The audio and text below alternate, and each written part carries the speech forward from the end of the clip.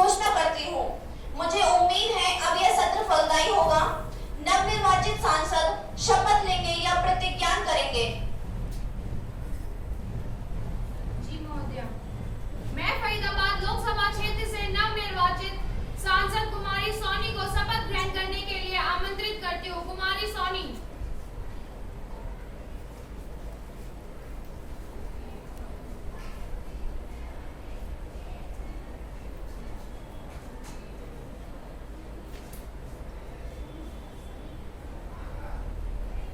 महोदय, आप शपथ लेंगे, प्रतिज्ञान करेंगे? महोदय, मैं शपथ ग्रहण करूंगी। आप किस भाषा में शपथ लेना चाहेंगी? मैं हिंदी भाषा में शपथ लेना चाहूंगी।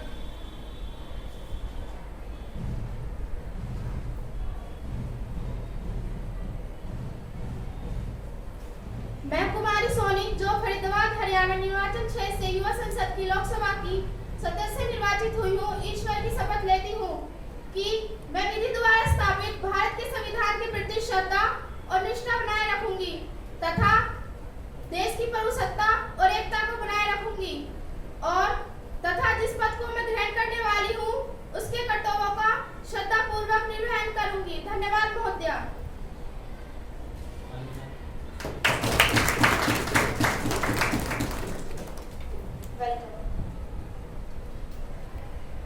मैं उत्तर प्रदेश लोकसभा क्षेत्र से नवनिर्वाचित सांसद कुमारी प्रियांशी को शपथ ग्रहण करने के लिए आमंत्रित करती हूँ। कुमारी Priyanshi.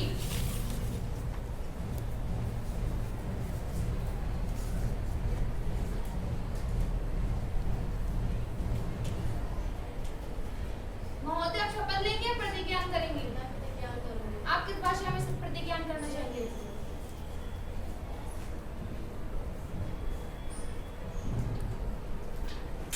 I, Ms. Priyanshi, having been elected a member of Youth Parliament, solemnly affirm that I will bear true faith and allegiance to the Constitution of India as by law established, that I will hold the sovereignty and integrity of India, that I will faithfully discharge the duty upon which I am about to enter. Thank you.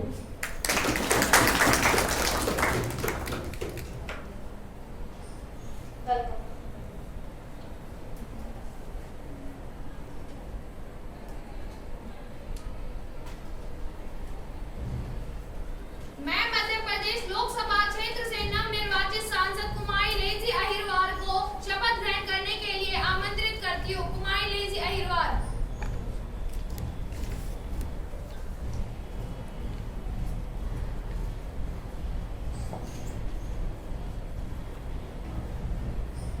महोदय, आप शपथ लेंगे या प्रतिज्ञान करेंगी? महोदय, मैं शपथ ग्रहण करूंगी। आप किस भाषा में शपथ लेना चाहेंगी? संस्कृत में महोदय।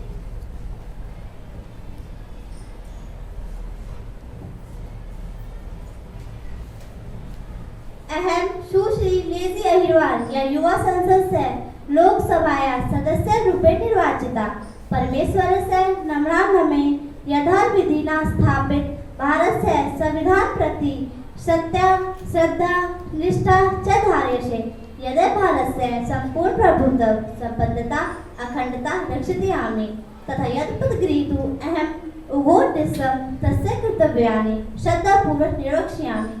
धन्यवाद महोदय।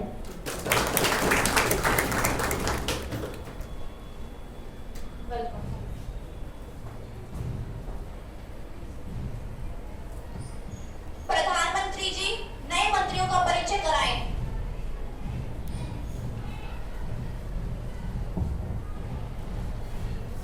अध्यक्ष महोदय जी, मैं आपके माध्यम से अपने मंत्रिमंडल में आए नए मंत्रियों का परिचय कराना चाहती हूँ। पेट्रोलियम मंत्री कुमारी राखी, विदेश मंत्री कुमारी अंजलि, शोक संदेश। माननीय सदस्यगण, चूंकि आज हम 2 महीने के पश्चात मिल रहे हैं, मेरा यह दुखद कर्तव्य है कि मैं सदन को श्री विजय भाई रमणीक लाल भाई रूपाणी, जो इस सदन के सदस्य थे तथा सक्रिय नेता थे, के निधन की सूचना दूं। श्री रूपाणी जी गुजरात के राजकोट पश्चिम निर्वाचन क्षेत्र का प्रतिनिधित्व करते थे। वे एक सक्रिय सांसद थे और प्रभावी वक्ता थे तथा सदन की कार्यवाही में बहुत रुचि लेते थे। उनका निधन 68 वर्ष की आयु में 12 जून 2025 को अहमदाबाद गुजरात हुआ? महोदया जी, मैं विजय भाई रमणीक लाल भाई रूपाणी, जिनकी मृत्यु पर सभा ने शोक व्यक्त किया है, को अपनी श्रद्धांजलि अर्पित करती हूँ। वे एक सक्रिय सांसद थे। मैं उनके परिवार के लिए अपनी गहरी संवेदना प्रकट करती हूँ। महोदया जी, मैं आप एवं सदन के नेता द्वारा अर्पित की गई श्रद्धांजलि में अपने आप को भी संयोजित करती हूँ। श्री रूपाणी जी के साथ एक साथी के रूप में काम करने का मेरा सौभाग्य था। उनके न रहने से हमने एक बहुत अच्छा सामाजिक, राजनीतिक एवं सार्वजनिक कार्यकर्ता खो दिया है। मैं शोक संपन्न परिवारों को अपनी संवेदनाएं भेजने में स्वयं को और अपने दल को संयोजित करना चाहूंगी। सदस्यगण अपना गहरा शोक प्रकट करने के लिए कुछ क्षणों के लिए मौन खड़े होंगे।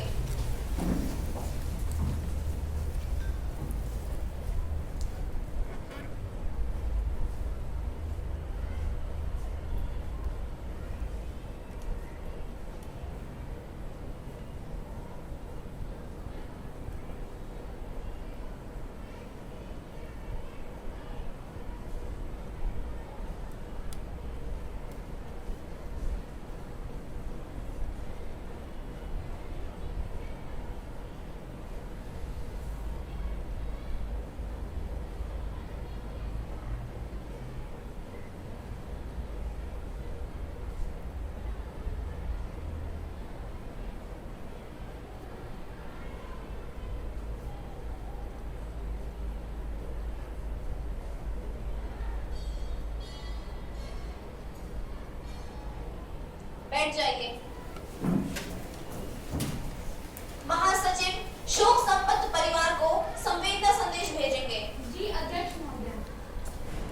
विदेशी प्रतिनिधि मंडल का स्वागत। माननीय सदस्यगण, मुझे घोषणा करनी है। मेरी ओर से तथा सदन के माननीय सदस्यों की ओर से श्री महामहिम स्वद अकोसेन डेनमार्क संसद के अध्यक्ष तथा डेनमार्क के संसदीय प्रतिनिधि मंडल के आदरणीय सदस्य जो हमारे अतिथि के रूप में भारत की यात्रा पर हैं, स्वागत करती हूँ। प्रतिनिधि मंडल के अन्य सदस्य हैं श्रीमती खुद उत्सव गार्ड उपाध्यक्ष, श्रीमती लिन टिल्डे उपाध्यक्ष। यह एक उच्च अधिकार प्राप्त प्रतिनिधि मंडल है।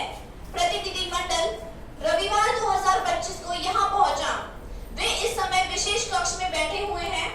हम अपने भारत में उनकी सुखद व लाभप्रद यात्रा की कामना करते हैं। हम उनके माध्यम से डेनमार्क सरकार तथा डेनमार्क के मित्र लोगों को हार्दिक शुभकामनाएं देते हैं। अब प्रश्न काल शुरू किया जाए। प्रश्न संख्या 101 युवा सांसद कुमारी सुरभि। अध्यक्ष महोदया जी, मैं युवा सांसद की ओर से हाल ही में हुई दर्दनाक 260 यात्रियों की असमय मौत पर प्रश्न उठाना चाहती हूँ। 12 जून दोपहर करीब 1:30 बजे के समय अहमदाबाद से लंदन जाने वाला विमान 788 650 फीट की ऊंचाई पर पहुंचते ही निरंतर खो बैठा, जिसमें 242 यात्रियों का जीवन काल समाप्त हो गया। भारत देश के युवा शक्ति, अनुभवी राजनेता, बड़े बूढ़े बच्चे आदि का जीवन काल के गाल में समा गया। मैं शोक संपन्न परिवारों को अपनी संवेदनाएं भेजने में ईश्वर से गुजारिश करूंगी। यहाँ प्रश्न यह नहीं है कि यह दुखद घटना हुई ही क्यों, हालांकि यह तो बात की बात है, परंतु यह दुखद घटना हो जाने के बाद सरकार ने क्या कार्य किया, चलिए जानते हैं। सर्वप्रथम सरकार को ड्रीमलाइनर उड़ानों को बंद कर देना चाहिए था, लेकिन सरकार ने इन उड़ानों को जारी रखा। क्या कुछ दिन के लिए इन उड़ानों को बंद कर देते तो क्या जीडीपी कम हो जाती? दूसरा, सरकार को प्रेस कॉन्फ्रेंस करनी चाहिए थी ऐसे दुखद हादसे में, लेकिन हमें ऐसा भी कुछ विजिट देखने को नहीं मिला। तीसरा, सरकार को गरीबों व पीड़ितों के परिवार को 50 लाख से ज्यादा का मुआवजा देना चाहिए था, लेकिन केवल 10-15 लाख में ही बात को टाल दिया गया। क्या इतनी सस्ती है भारत के लोगों की जान? और चौथा, एविएशन सिस्टम में गड़बड़ी, जिसके कारण यह दुखद घटना हुई है, इसमें सुधार करना चाहिए था, लेकिन सरकार ने यह कहकर बात को टाल दिया कि अभी जांच चल रही है। अध्यक्ष महोदया जी, जब देश में उड़ानें मौत की गारंटी बन जाएं और सरकार यह कहकर बात को टाल दे कि अभी जांच जारी है, तो समझ लीजिए उस देश में लोकतंत्र पंख नहीं पत्थर बन गया है। मैं अपने साथी से पूछना चाहूंगी कि कृपया बताइए कि आपकी लोकप्रिय सरकार ने इस मुद्दे पर क्या किया। कृपया मेरे इन तर्कों को गलत साबित कीजिए और बता दीजिए कि इस दुखद हादसे के बाद आपकी सरकार ने इन पीड़ितों की सहायता करने के लिए क्या कदम उठाए। धन्यवाद महोदय जी।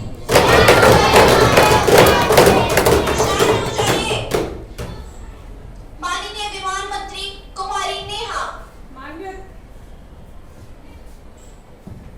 माननीय अध्यक्ष महोदय जी, मैं अपने विपक्षी साथी को यह बताना चाहती हूँ कि मेरे देश के होनहार मैं भारत नागरिक उड्डयन मंत्री इस बात से बहुत शोक संतप्त हूँ। मेरे देश के होनहार युवा पीढ़ी के सदस्य और अनुभवी नागरिकों को इस दुखद घटना से उभरने के लिए ईश्वर उन्हें शक्ति प्रदान करे।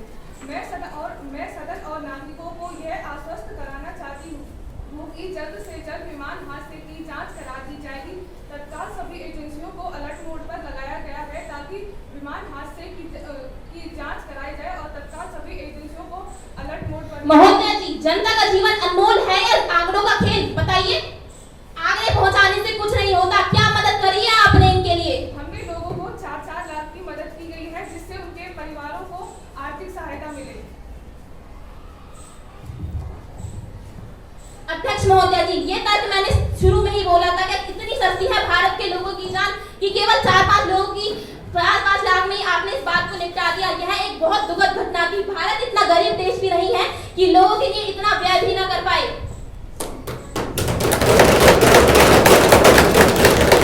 शांत हो जाइए, आपके प्रश्न का उत्तर दिया जा रहा है।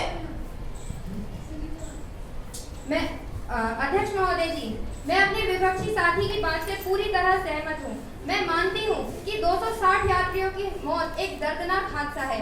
मैं मानती हूँ कि प्लेन दुर्घटना भी एक बहुत दर्दनाक हादसा है, लेकिन मैं अपने विपक्षी साथी को ये बता देना चाहती हूँ कि जैसा कि आप जानते हैं, ड्रीम लाइनर कंपनी टाटा की है और टाटा ने जितने भी मृतकों के परिवार हैं उन सबको 1-1 करोड़ का मुआवजा दिया है।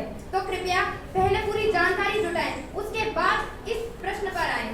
और अगर आपकी बात की जाए, आपने कहा कि सरकार ने उन्हें कोई मुआवजा नहीं दिया, तो सरकार ने इस मुआवजे हमारी सरकार ने 1.5 करोड़ रुपए का मुआवजा देने का वचन दिया है अपनी सरकार। अध्यक्ष महोदय जी, मैं आपसे कहना चाहती हूँ कि प्रधानमंत्री अपने नेताओं का गलतियों पर पर्दा डालना चाहते हैं। कृपया जिनसे प्रश्न पूछा जाए केवल वही उत्तर दें। धन्यवाद महोदय जी। माफ कीजिए, लेकिन मैं अपने नेताओं की गलतियों पर पर्दा नहीं डाल रही हूँ, केवल वही आंकड़े बता रही हूँ जो सही हैं और सही आंकड़े बताने पे गलती पर पर्दा नहीं डाला जाता। इस प्रकार तो गलतियों पर पर्दा ही डाला जाता है। तो आप उसे आंसर देने दीजिए जिसमें क्वेश्चन पूछा गया है। क्या राष्ट्र के नेता का यही कर्तव्य होता है कि वह जनता के दुखों में खड़ा ना हो? आप टाटा कंपनी की बात मत करिए, सरकारी आंकड़े बताइए। माफ कीजिए, सरकारी आंकड़े पहले ही बताए जा चुके हैं। 1.5 करोड़ का मुआवजा उन्हें दिया जाएगा। हमारी जनता कभी मृतकों के परिवार को पूरी तरह से मदद मिली है, चाहे राशन की हो चाहे मृतकों के परिवार को मुआवजे देने की बात रही हो। क्या मैं जान सकती हूँ यह मुआवजा कब तक दिया जाएगा? क्योंकि आपके आधे से ज्यादा नीतियां तो झूठी ही निकलती हैं। माफ कीजिए, ये तो आप अपनी बात बता रहे हैं, हमारी बात मत कीजिए। जी सत्ता पर है तभी तो आप वहाँ विपक्ष में बैठे हैं। अगर आपकी सत्ता इतनी अच्छी होती तो आज आप हमारी जगह बैठे होते। आप हमें ये देशभक्ति का सर्टिफिकेट मत दिखाइए। भारत एक लोकतांत्रिक देश है जहाँ कभी कोई ऊपर तो कभी नीचे होता है। यह जनता डिसाइड करती है कि कौन सत्ता में होगा कौन नहीं होगा। और अगर आप हमें आंकड़े गिना रहे हैं इतने सालों का, आप हमें आंकड़े नहीं गिनाते कि जितने साल हमने राज किया। कृपया आप हमें आंकड़े मत गिनाइए, कहानियां मत बनाइए। अब आप अपने किए हुए प्रश्नों का उत्तर दीजिए। अगर हमने कुछ नहीं किया होता तो तुम्हारे पास बोलने के लिए इतना समय नहीं होता। अगर हमने कुछ नहीं किया होता तो आज मीडिया, आज इतने सारे इंस्टीट्यूट नहीं होते, आज देश इतने आगे नहीं होता। आप जंगल से उठा के देश को नहीं लाए हैं, ये याद रखिए। माफ कीजिए, आपने देश और यह जनता के हिसाब से है। माफ कीजिए विपक्षी साथी, आपने देश के लिए किया ही क्या है? आपके समय पे हमेशा हमने देखा है कि भ्रष्टाचार रहा। 1977 के बाद आपकी सरकार क्यों नहीं चली? 2014 के बाद हमारी सरकार की सत्ता में आई क्योंकि जनता को हमारी सरकार पसंद आई, जनता को हमारे कार्यक्रम नीति सब पसंद आए। तो आपकी सरकार अब 2014 के बाद क्यों नहीं आई? 2025 तक हमारी सत्ता यहाँ टिकी हुई है, सत्ताधारी दल बनी हुई है। वो सिर्फ जनता की वजह से है क्योंकि जनता को हमने वो सब दिया जो जनता चाहती थी, जिसकी जनता ने मांग देखिए, अपनी बातों को मत घुमाइए, अपनी बातों को मत घुमाइए। हमने देश को गढ़ा है और अब आपने देश को तोड़ा है। हमारी गलतियों में और आपकी गलतियों में फर्क है। हमारे टाइम पे मीडिया बिकाऊ नहीं होती थी, लेकिन आपके आज के टाइम पे आज आप कोई गलती भी करते तो मीडिया के पास इतनी हिम्मत नहीं होती कि वो आपकी गलतियों को सामने लाए। 8 साल में आपने 2 करोड़ नौकरियां देने का वादा किया, किसान आज आत्महत्या कर रहे हैं, ईश्वर के नाम पे आप रोजी को भी महंगा कर रहे हैं। जो सरकार अपने नेता को डरा के रखती है, वो हमसे आजादी की बात मत करिए। अगर हमने कुछ नहीं किया होता तो आज IIT एम्स, परमाणु शक्ति, रेल, इसरो और चुनाव आयोग जिसपे आप खड़े होकर आज बोल रहे हैं ना, वह किसने बनाया होता? आप सत्ता में, अगर जब हमारी सरकार सत्ता में आई थी तो देश में G20 था, अंतरिक्ष तक देश पहुंच चुका था, सेना थी, संविधान था। आप कोई जंगल से देश को उठा के नहीं लाए हैं। हमारे कार्य दिखाना बंद करो, अपने इन सालों की रिपोर्ट दिखाइए।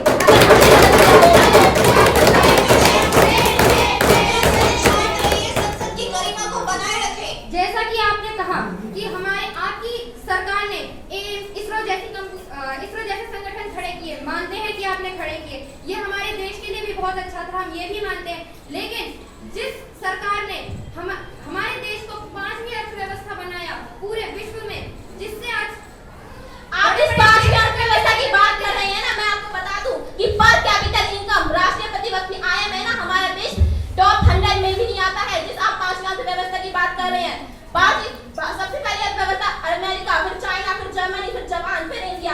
IMF की ऑफिशियल रिपोर्ट 2024 से 25 के अनुसार USA में 26 ट्रिलियन, भारत में 37 ट्रिलियन, चाइना में 27 ट्रिलियन और जर्मनी में 40 ट्रिलियन का GDP पहुंचा है। मतलब जनसंख्या के हिसाब से ये आंकड़े बड़े हैं, लेकिन और किसी उन्नति हिसाब से नहीं।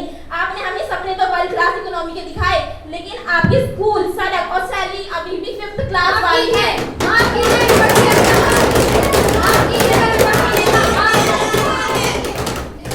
आप हमारी सड़कों, हमारे स्कूलों, हमारे संस्थानों के बारे में कुछ नहीं कह सकते हैं। अगर बात करें सड़कों की, तो हमने जितने भी छोटे शहर हैं, जितने भी छोटे गांव हैं, उन सबको बड़े शहरों तक जोड़ा है। अगर हम बात करें हमारे हाईवेज की, तो हमारे हाईवेज ऐसी टेक्नोलॉजी पर आधारित है, अगर समय आए, इमरजेंसी पड़ने पर उन पर हमारे जहाजों को भी लैंड कराया जा सकता है। आपकी सरकार ने क्या किया? आपकी सरकार ने तो कंक्रीट भी अब कृपया संसद की कार्यवाही को आगे बढ़ाने के लिए प्रश्न संख्या 102 युवा सांसद कुमारी आसमिन। माननीय अध्यक्ष महोदय जी, मैं आपके माध्यम से गृह मंत्री से यह प्रश्न पूछना चाहती हूँ। क्या गृह मंत्री ये बताने कृपया करेंगे कि क्या देश में हेरोइन, गांजा तथा अन्य एपिसोड जैसे नशीले पदार्थों की खपत में वृद्धि हुई है? यदि हाँ, तो इसका तो संबंधी ब्यौरा क्या है? क्या यह सच है कि आज युवाओं में नशीली दवाइयों का सेवन बढ़ रहा है और अब ये संख्या 15 करोड़ है? क्या आज से 3 साल पहले ये संख्या 3 करोड़ थी? यदि हाँ, तो इसका तो संबंधी ब्यौरा क्या है? क्या सरकार के पास युवाओं में नशीली दवाइयों के दुरुपयोग से निपटने के लिए कोई योजना है? यदि हाँ, तो संबंधी ब्यौरा क्या है? धन्यवाद महोदय जी। माननीय गृह मंत्री कुमारी प्रिया। माननीय अध्यक्ष महोदय जी, मैं सदन की ओर से बताना चाहती हूँ कि सामाजिक न्याय एवं अधिकारिता मंत्री ने वर्ष 2023 में एम्स नई दिल्ली के NDDTC के माध्यम से भारत प्रत्युग मादक द्रव्यों के विस्तार और स्वरूप पर व्यापक राष्ट्रीय सर्वेक्षण करवाया था। सर्वेक्षण की रिपोर्ट फरवरी में। मुझे ये समझ नहीं आ रहा है कि योजनाएं बनाने से क्या फायदा जब उन पर कार्य ही नहीं किया जा रहा है।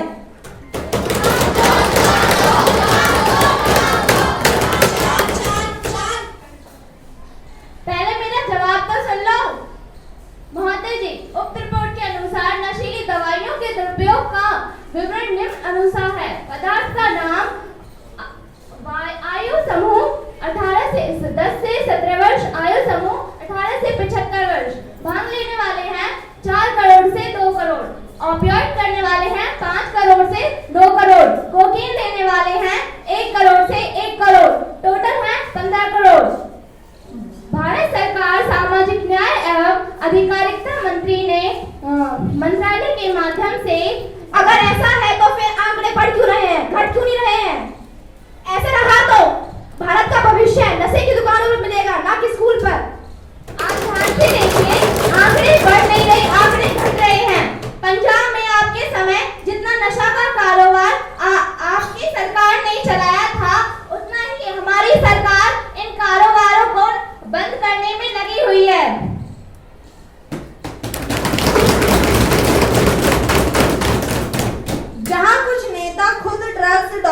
माफिया से जो संबंधी है वहाँ सफाई की क्या उम्मीद की जा सकती है? लेकिन आप खुद ही देखिए, ये कारोबार तो आपने ही चलाया था, हमारी सरकार तो बाद में आई है। हमारी सरकार तो इस कारोबार को मिटाने में लगी है